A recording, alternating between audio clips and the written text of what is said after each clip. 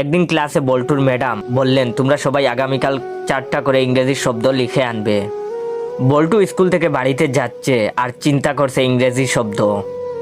হঠাৎ সে দেখতে পেল একটা লোক একটা ছেলেকে ধমক দিয়ে বলছে, স্ট্যান্ড আপ।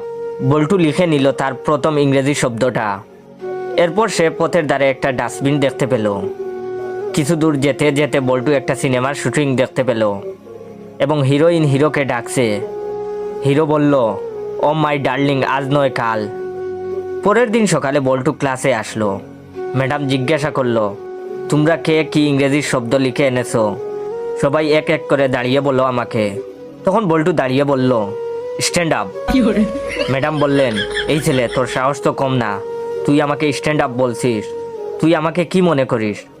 তখন বল্টু বলল, ডাস্টবিন। ম্যাডাম রেগে গিয়ে বললেন, তুমি নিজেকে কি মনে করো? তখন বল্টু বলল, হিরো।